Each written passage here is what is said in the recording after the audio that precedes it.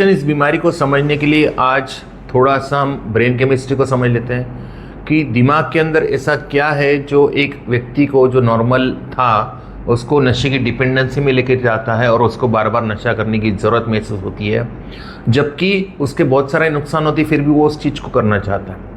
इसकी वजह से तीन चीज़ें समझना, एक तो गाबा, गैमा एमिनो बारबिटूरिक एसिड, दूसरा है D3 रिसेप्टर और तीसरा है डोपामाइन। इन तीनों का हम नॉर्मल भाषा में उसको बोल सकते हैं केमिकल लोचा। ये होता क्यों है? इसका एक कारण ये है कि बार बार रिपीटेडली नशे का सब्सटेंस लेने से, ये बड़ा अनफॉर्चुनेट है, ये हर किसी के साथ हो ज़रूरी नहीं है। जब 100 लोग नशा शुरू करते हैं तो उसमें 8 से 10 लोगों के अंदर ये बदलाव जो नहीं होना चाहिए वो हो जाता है और इसको बीमारी कहा जाता है। गाबा ये वो केमिकल होता है दिमाग में जो आपका ब्रेक सिस्टम होता है, जिसकी वजह से आपका जो सोचना और फिर रिएक्ट करना, सोचना और रिस्पॉन्ड करना, ये काम करता है।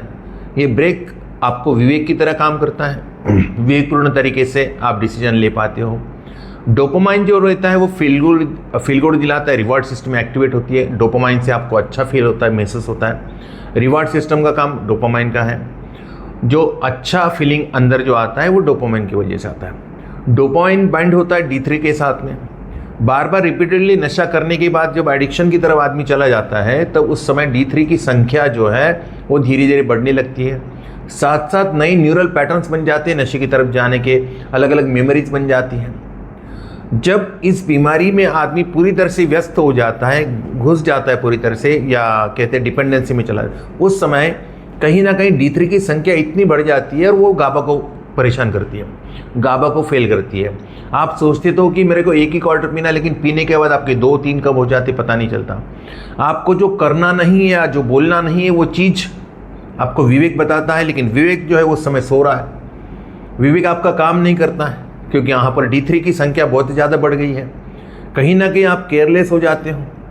बाद में पश्चाताप ज़रूर होता है कि ये नहीं बोलना चाहिए था या ये नहीं करना चाहिए था, लेकिन उस समय वो चीज़ें, खर्चा मुझे इतना नहीं करना चाहिए था, इसको उधार पैसे नहीं देना चाहिए था, ये फैसला मुझे नहीं करना चाहिए था, ये कर्जा मुझे नहीं लेना चाहिए या कर्जा नहीं देना चाहिए था। लेकिन ये सब फैसले, ब्रेक सिस्टम कमज़ोर या ख़त्म हो जाती, इसकी वजह से ये सिस्टम, ये चीज़ होती है। दूसरे दिन नशा जब उतरता है उस समय जो D3 है वो फिर से नशा डिमांड करता है ताकि डोपामाइन की मात्रा बढ़ जाए और वो नॉर्मल फील करे। और नॉर्मल तो वो फील करता है जब नशा हम कर लेते हैं और डोपामाइन की लेवल फिर से, डोपामाइन बहुत ज़्यादा मात्रा में जब आता है तब D3 संतुष्ट होता है। D3 संतुष्ट तो हुआ लेकिन उसने गाबा को फेल कर दिया। रिपीटेड नशा अगर आदमी करता है तो कहीं ना कहीं उसका जो D3 है उसकी संख्या बहुत ज़्यादा और बहुत ज़्यादा एक्टिव हो जाती है, D3 रिसेप्टर। उसकी वजह से आदमी रुक नहीं पाता, चाहे तो भी नहीं रुक पाता, उसकी वजह से उसके भयंकर नुकसान होते हैं। D3 को आपको कंट्रोल में करने के लिए, D3 की संख्या जो बढ़ी हुई संख्या उसको फिर से नॉर्मल करने के लिए कम से कम लगते 30 से 90 दिन। अगली केस में लगते हैं 6 महीने से लेकर 8 महीने तक, कुछ केस में लगते हैं 12 से 14 महीने तक, इन एक्सट्रीम केस लगते हैं 2 साल तक। तब कहाँ जाके संख्या नॉर्मल तक जाती है। ये प्रोसेस बड़ा धीमा होता है। नशा मुक्ति केंद्र में जब मरीज आता है तब उसकी संख्या जो है D3 की वो बहुत ज़्यादा बढ़ चुकी होती है। इस समय उसको कम से कम 90 दिन को एडमिट करने का सलाह दी जाता है, 90 दिन, 6 महीना, 8 महीना।